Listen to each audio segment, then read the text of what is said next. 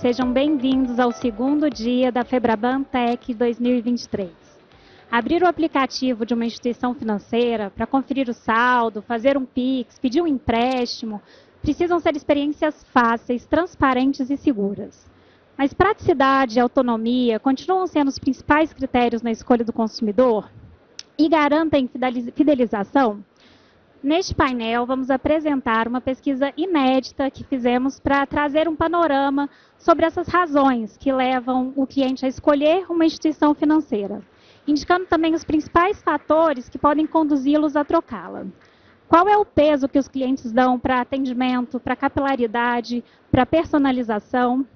O quanto que o contato pessoal ainda é importante nessa era digital? Para responder essa e outras perguntas, eu quero convidar ao palco Alexandre Richo, vice-presidente sênior de Retail Banking do Inter, Bárbara Freitas, head de atendimentos e canais do Banco do Brasil, e Geraldo Rodrigues, sócio-diretor de negócios de pessoa física do Santander Brasil. Olá. Acho que a gente pode sentar, né? Bom, muito obrigada pela presença de vocês. Acho que eu vou começar aqui falando um pouquinho da pesquisa que a gente conduziu. Foi uma pesquisa que a gente fez em todo o Brasil, aqui entre abril e maio de 2024. A gente entrevistou mais de 3 mil consumidores. E o principal objetivo dessa pesquisa era, de fato, tentar entender o que leva uma pessoa, um consumidor, a escolher a instituição financeira. E muito mais do que abrir uma conta, escolher qual é a instituição financeira que vai ser a principal. E principal a gente pode pensar em principal para a movimentação do dia a dia, que seria uma principalidade ali na conta corrente, mas eu também posso pensar em principal investimento, aquela instituição em que eu concentro a maior parte dos meus investimentos, e mesmo a instituição financeira que eu vou procurar para tomar um crédito.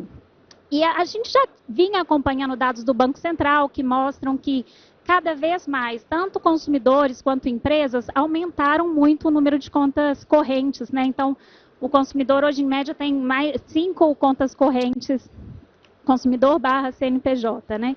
E a nossa pesquisa também mostrou isso. Acho que só 20% das pessoas que responderam declaram ter apenas uma conta corrente e mais de 50% declaram ter mais do que 3. Mas quando a gente pergunta em relação à principalidade, a gente vê que 70% dessas pessoas, elas acabam concentrando tudo em uma só. Então, acho que eu queria primeiro escutar de vocês como vocês veem isso, né? Como é que vocês têm trabalhado, para conquistar essa principalidade, para garantir esse maior transação, ou maior volume de investimento dentro da instituição de vocês, mas também para reter, para garantir que não vão ser atacados os consumidores. Então, pode começar, por favor, Alexandre, e a gente passa aqui. Obrigado, Marina. Obrigado a todo mundo pela presença aqui. Muito bom ver casa cheia. E legal esse modelo aqui também, né? Parece que está em silêncio numa sala, falando com tanta gente. Bom, gente, primeiro, assim, Marina, parabéns para vocês pela pesquisa, achei super legal. E alguns números, eles vêm surpreendendo muito, né? Acho que se a gente desse um passo para trás, em 2017, 2018, quando toda a história estava começando, falasse que hoje a gente ia ter quase 1,1 bilhão de contas, ninguém imaginaria isso, né? E eu fico super feliz, assim, eu estava no Inter já nessa época, e a gente teve uma participação super protagonista em fazer isso acontecer. Nessa época, não sei se todo mundo sabe, mas era frequente você entrar dentro de uma agência bancária, pedir para abrir uma conta e ter a conta negada, né? Tinha um desinteresse comercial. E o que foi um grande movimento do Inter? A gente acabou com isso, a gente falou, passando no Conheça Seu Cliente, a conta será aberta. E isso acabou ganhando muita atração para o Inter, a gente veio também com a proposta de valor sem custo, e a gente acabou sendo um indutor do que hoje é considerado um novo normal, que é essa quantidade de contas. Mas a gente também não parou por aí, né? Então, na hora que a gente entra na principalidade, a gente veio desde o início com uma proposta de valor de ser um banco completo. No início era só a visão de banco e de produtos bancários, né? A gente acabou extrapolando isso para 7 verticais de negócio. E quando a gente volta para a parte que a Marina comentou, né? A gente pega movimentações bancárias, crédito e investimentos, eram 3 áreas que a gente acabou dedicando muito esforço para poder deixar uma plataforma e um super app financeiro super completo nesses quesitos. Então isso é muito do que a gente tem feito, né? Mantido o Inter na fronteira dessa tecnologia, tendo os principais produtos de movimentações bancárias, que acaba sendo um grande indutor de engajamento, com a melhor qualidade possível. A gente está com o melhor Pix do Brasil hoje, se a gente olhar no índice de qualidade que o Banco Central divulga, pelo maior período possível, né? A gente está há mais de 25 meses com nota A. Então, ter um produto de qualidade e ter todas essas avenidas é muito do caminho que a gente tem trilhado. E eu acho que está bem alinhado com o que a gente viu na pesquisa, nessa questão dos 70% dos clientes utilizando só uma instituição como principal para essas 3 verticais. Bom, boa tarde a todos. A gente, de fato, está num cenário bastante desafiador, né? População bancarizada, média de 5 contas por cliente, muita entrada muito forte dos neobancos, puxando, de fato, uma mudança de postura de todos os bancos, inclusive dos incumbentes. E quando a gente fala de principalidade, é muito desafiador, porque não tem uma bala de prata, né? A gente não tem, assim, uma ação certeira de um banco que vai fazer com que ele garanta a principalidade. É um tema complexo, um tema amplo, e passa, assim, por jornadas, por portfólio de produtos, por segurança, enfim, são muitas frentes, e os bancos, em geral, têm se estruturado, né, o Banco do Brasil muito fortemente, no sentido da gente estar preparado para que todas as áreas do banco estejam olhando para essa necessidade da principalidade e olhando para o futuro, olhando para novas frentes que precisam ser conduzidas para que isso aconteça. Quando a gente fala do Banco do Brasil, e acho que no mercado financeiro em geral, é importante a gente ter uma visão de que são vários itens. Eu vou trazer 3 que acredito são muito importantes, tá? Quando a gente fala de jornada, a gente precisa ter uma visão de que isso é o digital muito forte, crescendo cada vez mais, mas é para além disso, né? A gente tem que olhar para a jornada do cliente como um todo, em todos os pontos de contato. No Banco do Brasil, a gente tem, só compartilhando alguns números para dar um contexto, né? 24 milhões de clientes que utilizam o nosso app, 19 milhões que utilizam o WhatsApp, temos 16 milhões de clientes por mês nas nossas agências, temos 2 milhões por mês que entram em contato com as nossas centrais. Então, assim, o Banco do Brasil é um dos bancos que está na vanguarda do digital no mercado financeiro, né? A gente tem uma média de 9 milhões de clientes dia no nosso app, é um dos melhores apps do mercado, que já tem, inclusive, acesso num app único para todos os clientes. Mas, de fato, a gente tem olhado no avanço do digital e olhado para além disso, né? Assim, como é que a gente entrega essa jornada de forma integrada e fluida em todos os canais. Isso passa fortemente por IA, né? Eu acho que com uma grande solução que a gente tem para ganhar eficiência em processos e para oferecer um atendimento de mais qualidade. Então, por exemplo, hoje a gente consegue oferecer atendimento 24/7 com uso de IA pelo bot, e passa também por novas frentes. Quando a gente fala de ponto de contato, não é só o nosso canal. A gente tem que olhar também, por exemplo, para plataformas não financeiras, estar presente lá e oferecer uma solução de jornada completa também em outras plataformas. Né? Partindo aqui para o segundo ponto, eu vejo bastante fortemente a questão, a gente fala bastante disso, né, pessoal? Já falou bastante aqui também na Febraban, com relação ao conhecimento do cliente. É fundamental para a gente conseguir, de fato, integrar uma jornada personalizada, caminhando para a hiperpersonalização. A gente investiu muito na nossa arquitetura de dados, em IA. Quando a gente junta isso com o Open Finance, de fato, a gente tem aí na mão muita informação. São mais de 600 modelos analíticos para a gente conseguir, de fato, estabelecer uma conversa que faça sentido para o cliente. Isso é fundamental quando a gente fala de principalidade. E o terceiro ponto, são muitas outras coisas, não é exaustivo, né, mas um terceiro ponto de destaque é a gente olhar para essa jornada do cliente para além do core bancário. Né? Eu acho que a gente consegue aliar a entrega dos serviços bancários com os serviços não financeiros e que estejam dentro do contexto de vida do cliente. E hoje a gente tem um shopping bebê, né? Até teve uma palestra antes aqui na Febraban também. A gente já atendeu mais de 5 milhões, a gente oferece uma jornada completa dentro do app. E isso também é para além do digital. Né? A gente também tem olhado nessa questão do Beyond Banking para outros canais. Como é que a gente consegue oferecer isso de uma forma integrada em vários pontos de contato do cliente? Então, assim, são muitas frentes. Eu acho que os bancos hoje têm uma similaridade no portfólio de produtos e serviços, e olhar para o futuro, para essas novas soluções, com certeza vai fazer muita diferença quando a gente fala de principalidade, da busca da principalidade.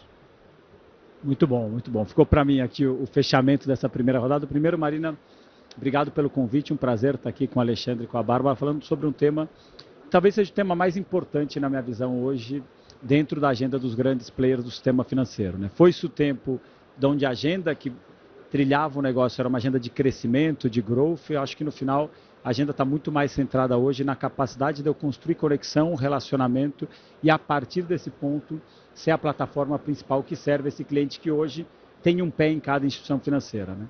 Eu acho que remetendo um pouco, como o Alexandre fez um pouco da história, quer dizer, acho que um primeiro movimento estar muito próximo de compreender a dor do cliente. E eu acho que alguns fizeram melhor do que outros, e isso levou à disrupção que a gente viveu nessa indústria, né? No final, ele usou o exemplo da agência que não recebia o cliente, do serviço que não era prestado. Acho que os grandes bancos em algum momento se acomodaram, os players digitais vieram, a digitalização das pessoas aconteceu, e a gente viu essa disrupção acontecendo em algumas ondas, né? Eu tive a oportunidade de vivenciar algumas delas, várias delas como responsável de pessoa física, e ela se deu não só no ambiente digital, mas na tecnologia alavancando as pessoas, né? Então a gente teve uma disrupção grande no ambiente de investimentos.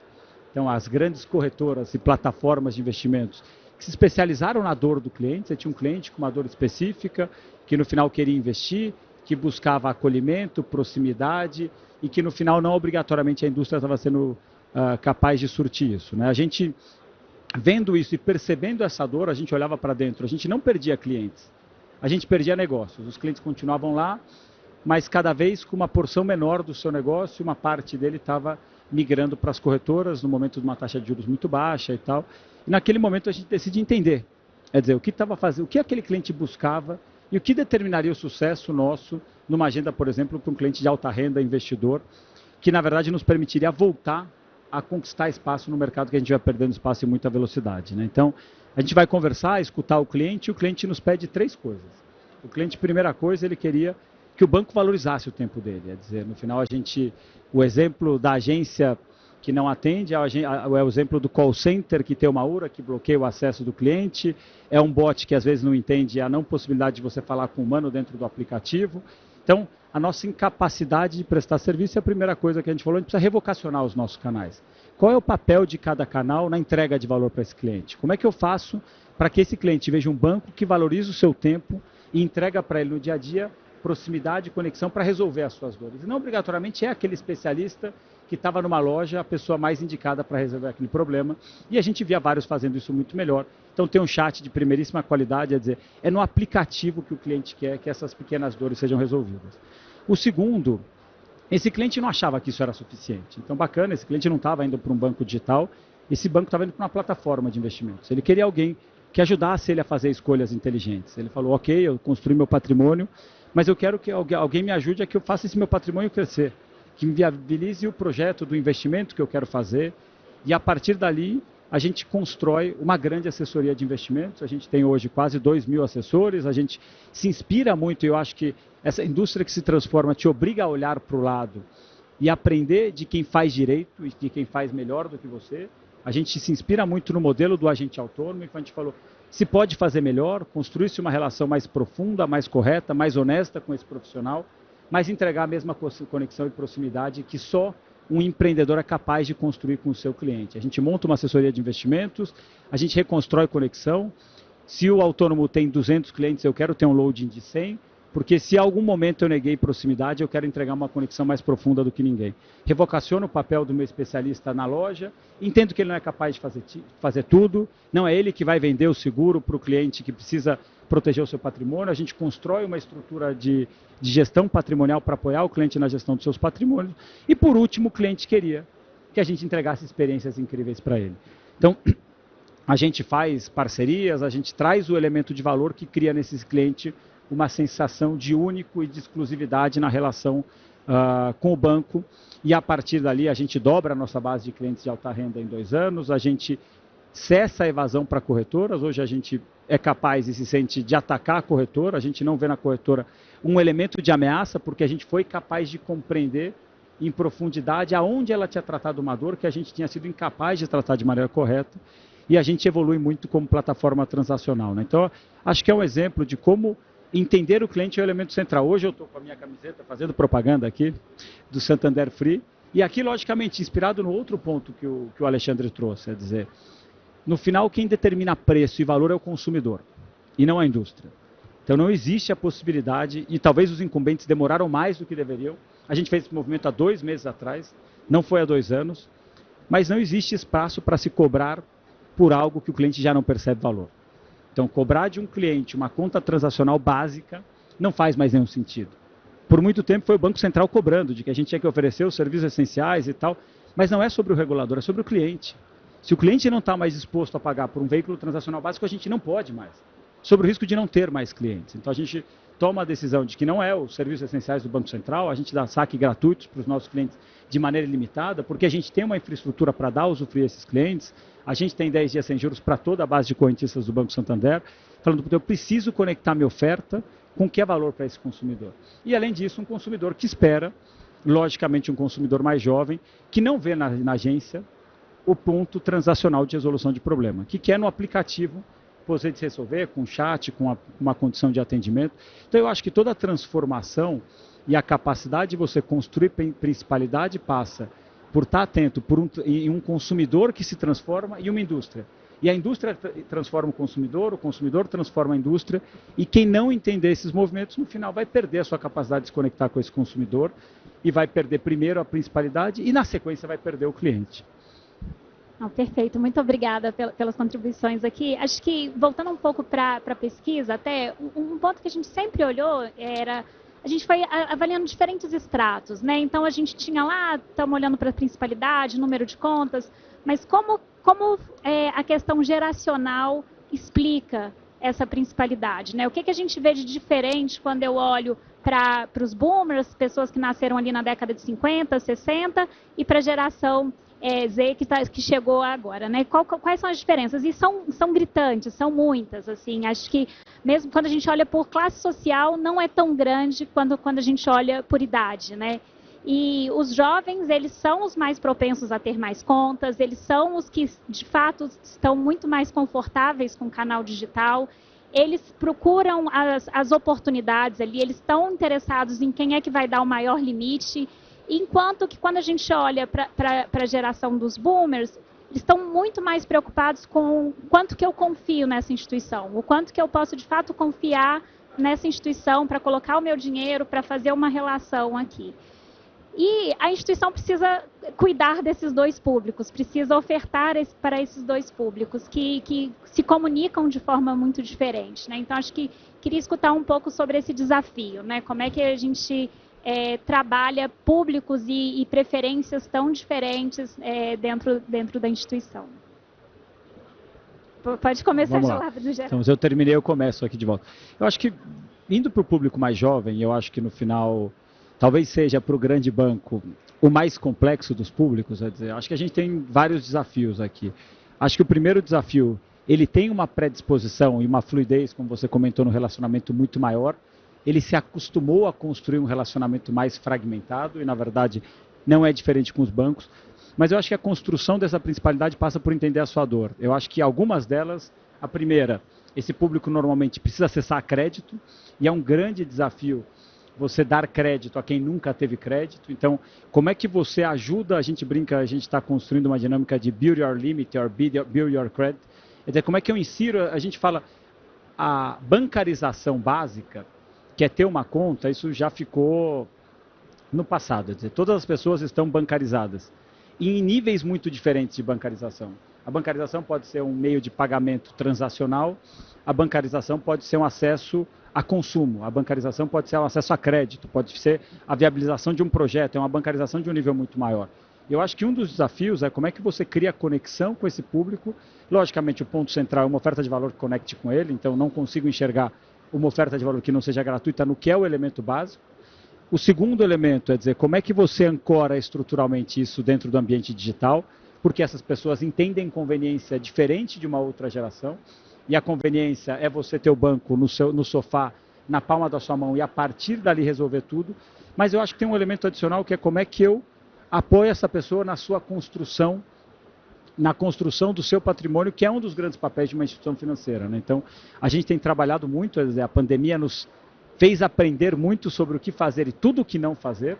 Quer dizer, a gente teve um boom de contas, um boom de crédito, na contramão disso, uma inadimplência que veio depois, porque os modelos de crédito da maioria das instituições não estavam preparados para lidar com esse novo público, com esse novo ambiente.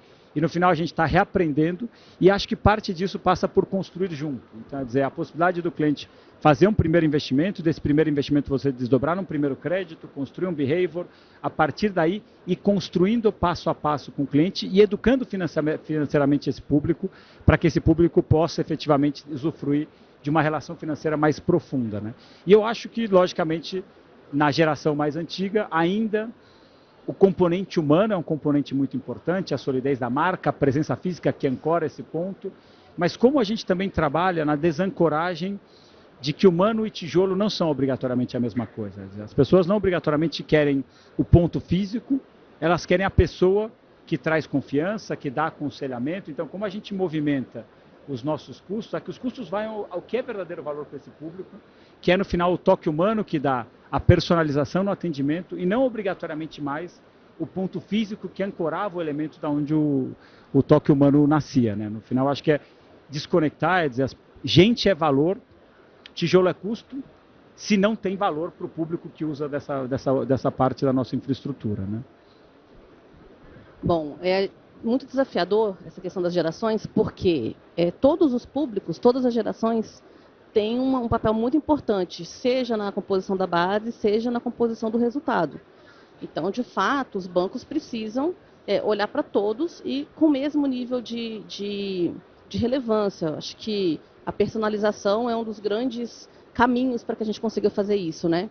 Quando a gente fala do público jovem, em especial, é mais desafiador porque são várias necessidades e expectativas muito específicas e eles têm uma característica, que é o da experimentação, né?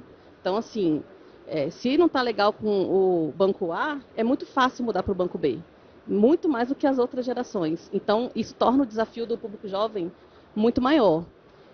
A gente tem, de fato, só que olhar para o público jovem passa pela sustentabilidade da operação, né? Então, muito relevante, necessário. A gente tem, de fato, atuado com uma estratégia bastante focada para esse público, Marina, e passa por vários pontos, né? O primeiro é em confiar nesse público, né? Acreditar no potencial. Eles querem crédito, de fato.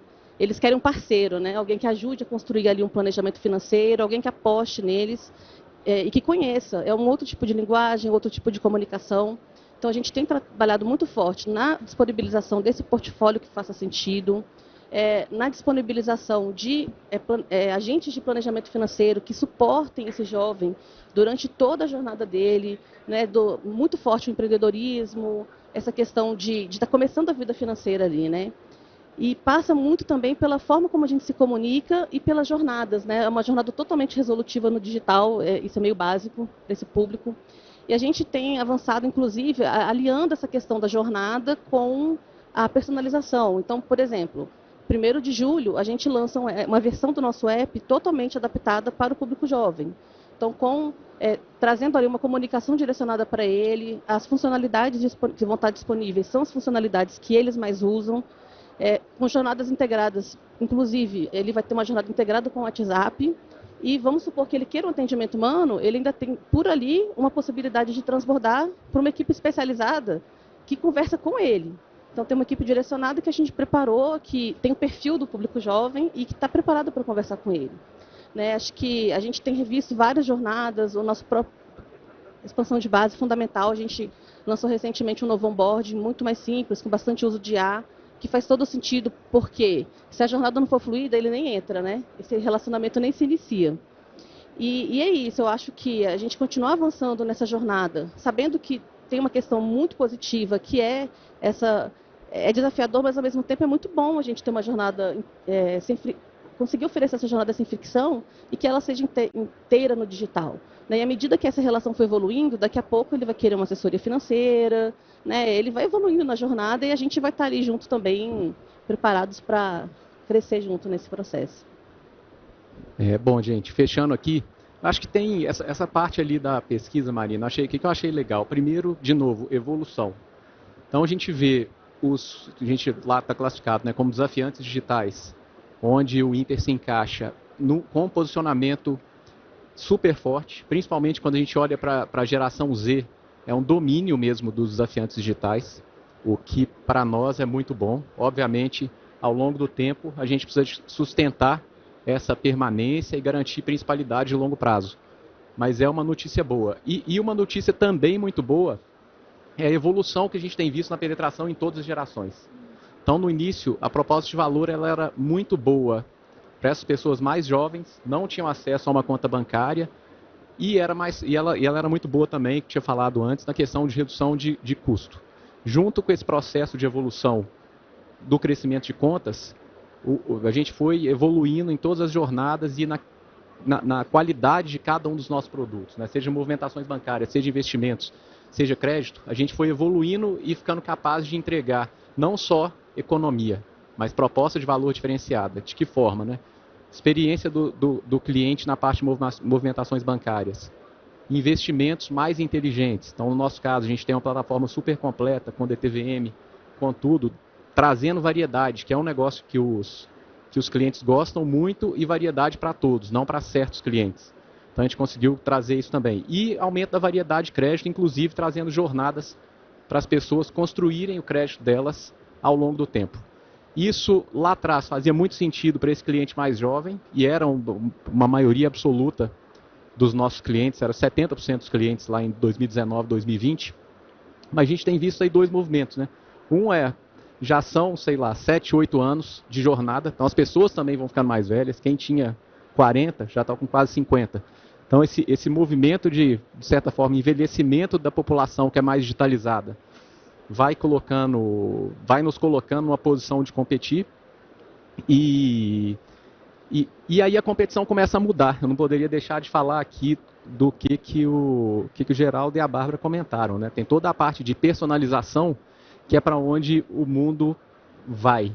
Então, assim, a diferenciação de produto, ela vai existir ainda, vai ter UX melhor, UI melhor, isso aí tudo, cada um vai trabalhar na sua forma para poder entregar uma experiência melhor, mas nessa busca pela principalidade, e até ancorando nos 70% dos clientes usando a mesma instituição para movimentação, para investimentos e para crédito, a personalização vira o nome do jogo. Porque você precisa entregar para o cliente o que ele quer na hora que ele quer. E você precisa fazer isso usando dados. Você não pode oferecer uma oferta uniforme para todo mundo e esperar que o cliente vá procurar. Então, acho que vai passar por isso. Assim, a principalidade vai passar por experiências customizadas, entendendo os clientes, mostrando para eles tudo que eles precisam na hora certa, no momento certo e no canal correto. Perfeito, muito obrigada. Acho que um ponto o ponto primordial, né, que a gente queria entender é, então, o que faz o cliente escolher a instituição X ou Y e, eventualmente, o que faz ele mudar daquela instituição. O escolher a instituição, ali a gente não viu nada de muita novidade, é tudo um pouco que todo mundo meio que já sabe. Eu preciso confiar naquela instituição, eu preciso ter uma boa experiência, eu preciso entender que ali as condições financeiras, principalmente relacionadas a tarifas, sejam corretas. Acho que um pouco do que a gente esperava escutar. Quando a gente pergunta, e o que te faria sair dessa instituição? O primeiro dado que nos surpreendeu é que a maior parte não pensa em sair da instituição. A maior parte ali, quase que pensando em investimento, em crédito, mais de 70% em todos os critérios, elas não consideram mudar dessa instituição, elas estão bem onde elas estão.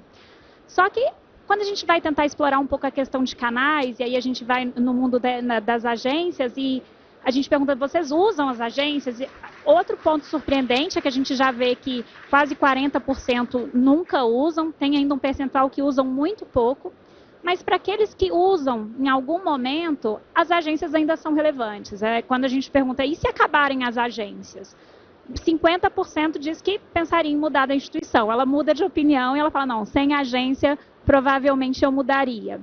Né? Então, acho que a gente não está com muito tempo, eu queria emendar na pergunta seguinte, eu queria entender um pouco de vocês, essa questão do canal, essa questão das agências, qual que é o papel das agências, para onde que elas estão indo, a gente sabe que elas estão já se transformando, e aqui o Inter entender um pouco se existe algum tipo de barreira por não existir agência, e para onde que está indo esse campo de batalha aí em busca da principalidade? A gente já viu que tem essa questão de canal, de produto, de oferta, personalização. Para onde vocês estão vendo aí que quase que umas considerações finais aqui de cada um de vocês? Posso começar essa aqui, então? Por favor. Então, vamos lá. Bom, pessoal, assim, com relação à agência, eu não fiquei surpresa, tá? Eu acho que a gente tem olhado, de fato, um crescimento exponencial da questão do digital, uma redução muito grande no volume de transações, mas a agência ainda ela tem, de fato, um papel muito relevante na composição do resultado dos bancos.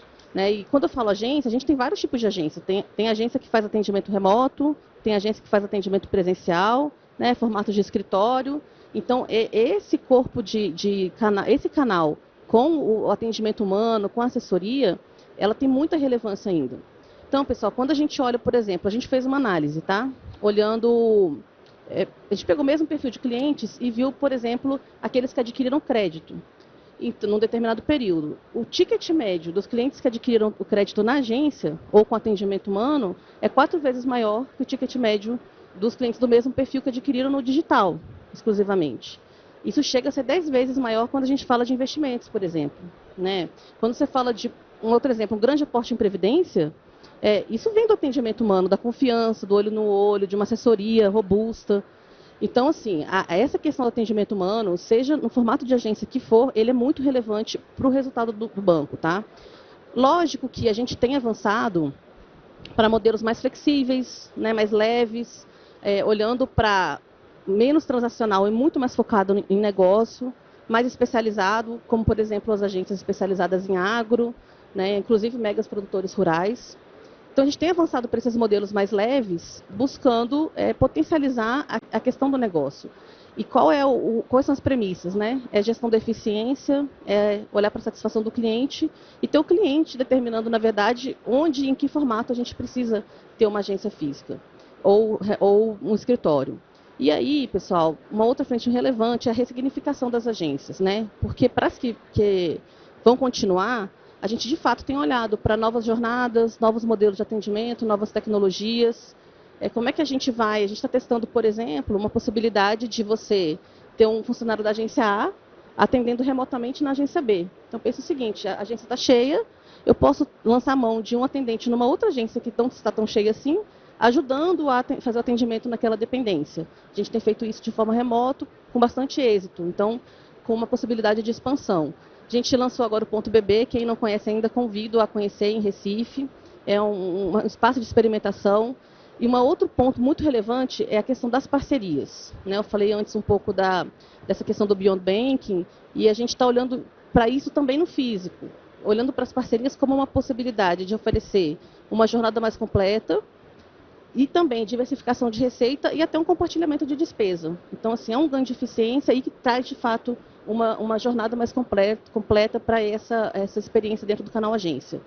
E para finalizar aqui, falando de futuro, né, para onde a gente está indo, acho que tem muitos desafios, não tem um único caminho que os bancos vão seguir, né, para a gente fazer frente a essa questão da principalidade.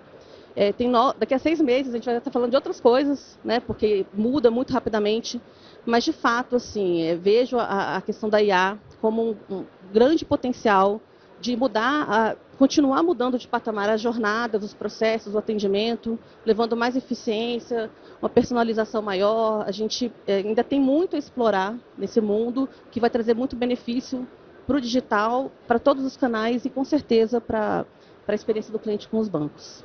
É isso.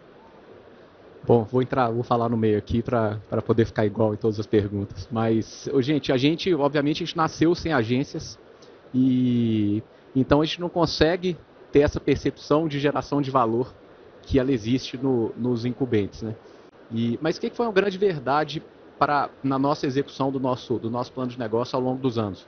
A gente conseguiu trazer diversas verticais de negócio, hoje são 7 verticais de negócio, todas elas com bastante sucesso, fazendo um atendimento exclusivamente digital.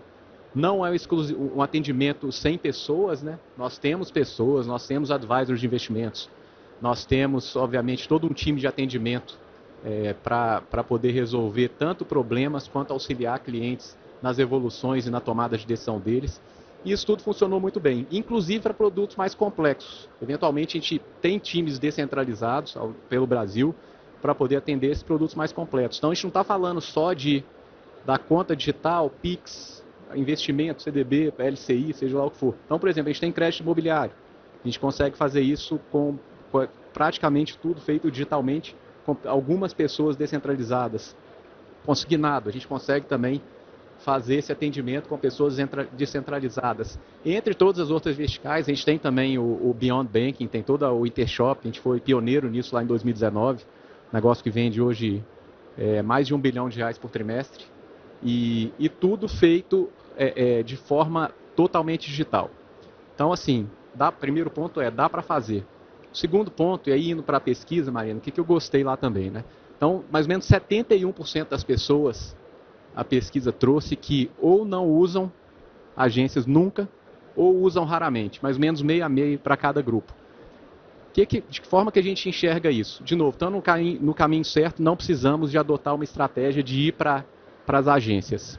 E por último, e aí só para não dizer também que as agências não são necessárias, eu diria que elas são necessárias. O Brasil tem uma população enorme, 30% das pessoas ainda são 60 milhões de pessoas, então existe um público sim para as agências, mas dentro da evolução do nosso modelo de negócio, a gente não vê como uma necessidade. E por último, acho que é legal fazer um comentário aqui, que a gente não ignora de forma alguma o valor de espaços físicos, né? Então nós temos, por exemplo, hoje entre 10 e 20 cafés, a gente chama eles de intercafés, e eles não são espaços para resolução de problemas bancários.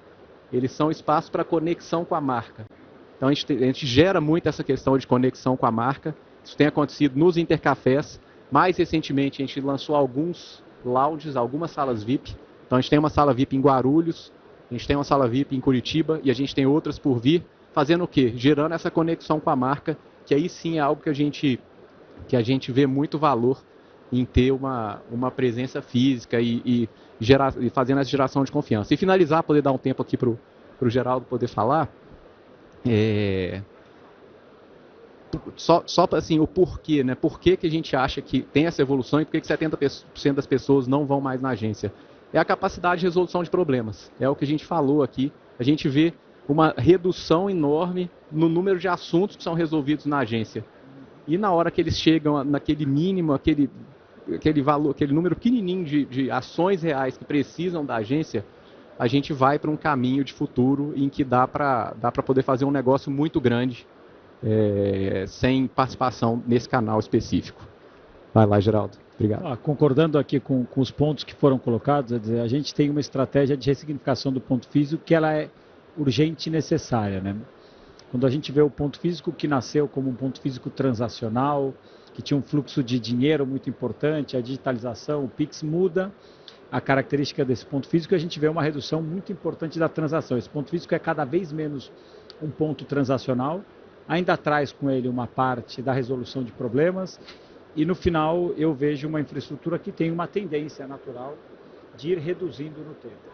Eu vejo, e na verdade, uma necessidade de ressignificado. A gente fez um movimento recente de ressignificação da nossa infraestrutura física. Um grande banco tradicional tinha historicamente a ancoragem do negócio, era do ponto para o cliente. A gente falava que uma agência não era uma agência, ela era uma unidade de negócio, ela tinha um P&L, o cliente nascia ali, ele morria ali, abriu uma conta ali, tudo que ele fazia, na verdade, era imputado ao P&L daquele ponto físico. E com o advento da digitalização e esse cliente se usando do banco de maneira muito mais ampla, isso foi perdendo o sentido. E em fevereiro desse ano a gente faz um movimento bem importante de quebrar com esse desenho de a gente não tem mais uma agência bancária. A gente tem uma loja a serviço de um consumidor. Então a gente tira o P&L, a gente desancora do ponto físico a gestão de um portfólio de clientes e o que a gente faz é um ponto físico que está a serviço de entregar experiências para quem frequenta aquele ponto físico, para resolver problemas, e a partir dessa conexão desenvolver negócios ou, no extremo, desenvolver o entorno e desenvolver negócios no entorno, né? Então a gente faz um movimento importante. O que a gente vê por consequência disso? Com menos lojas, menos pessoas nas nossas lojas, porque os especialistas que atendiam os nossos negócios de média renda e de empresa saem do ponto físico e vão para um ambiente remoto. A gente, na verdade, leva o nosso especialista que atende PJ para dentro do cliente. A gente falou, ele não tem que ter escritório, o negócio acontece no cliente, ele não tem que estar num ponto esperando o cliente, ele tem que ir para dentro do cliente construir negócio. E o nosso especialista de média renda, ele tem que estar numa plataforma fazendo gestão ativa e levando advisor para esse cliente. Se o cliente precisa de uma dúvida a ser resolvida, um assistente dentro da agência consegue resolver. A gente tira nesse movimento quase 4.000 pessoas das nossas lojas e o nosso NPS aumenta a 20 pontos. Por quê? Porque as pessoas passam a estar comprometidas não em gerir um portfólio, mas em gerir a experiência de quem frequenta aquele ponto e passam a fazer muito mais negócio. E quem ia continua fazendo negócio, quem sai de lá começa a adicionar valor, né? Então, acho que esse movimento também traz um elemento de desconexão de tijolo e gente.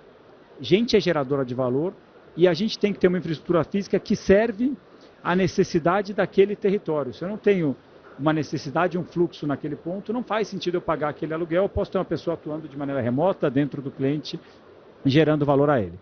Dentro desse processo, a gente também vem experimentando outros modelos de agência. Acho um pouco na linha do que o Alexandre comentou do Inter. A gente tem um exemplo no Chile. O Chile virou quase toda a infraestrutura física. O Santander é o maior banco privado do Chile e praticamente toda a sua infraestrutura virou a cafés. Na verdade, a gente chama de World Cafés.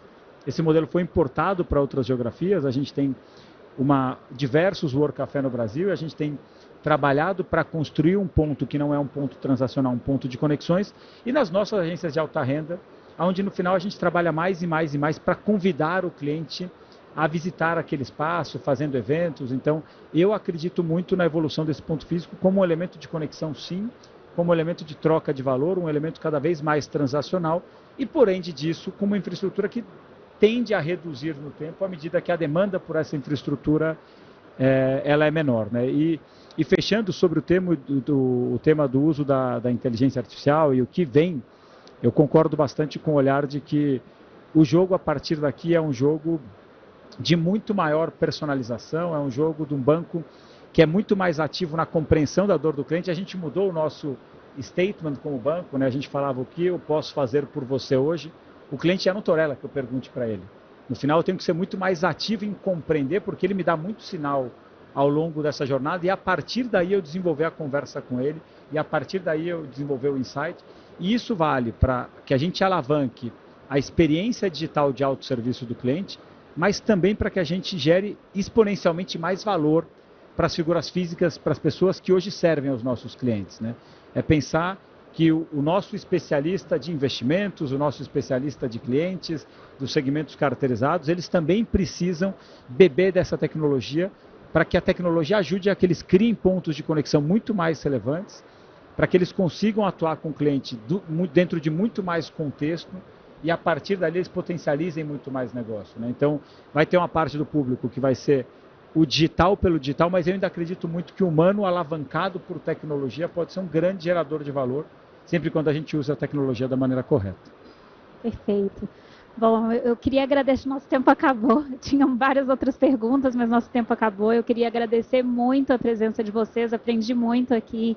Muito obrigada, Geraldo, Bárbara, Alexandre. Obrigada, Febraban Tech, pelo painel. E é isso. Obrigado, gente.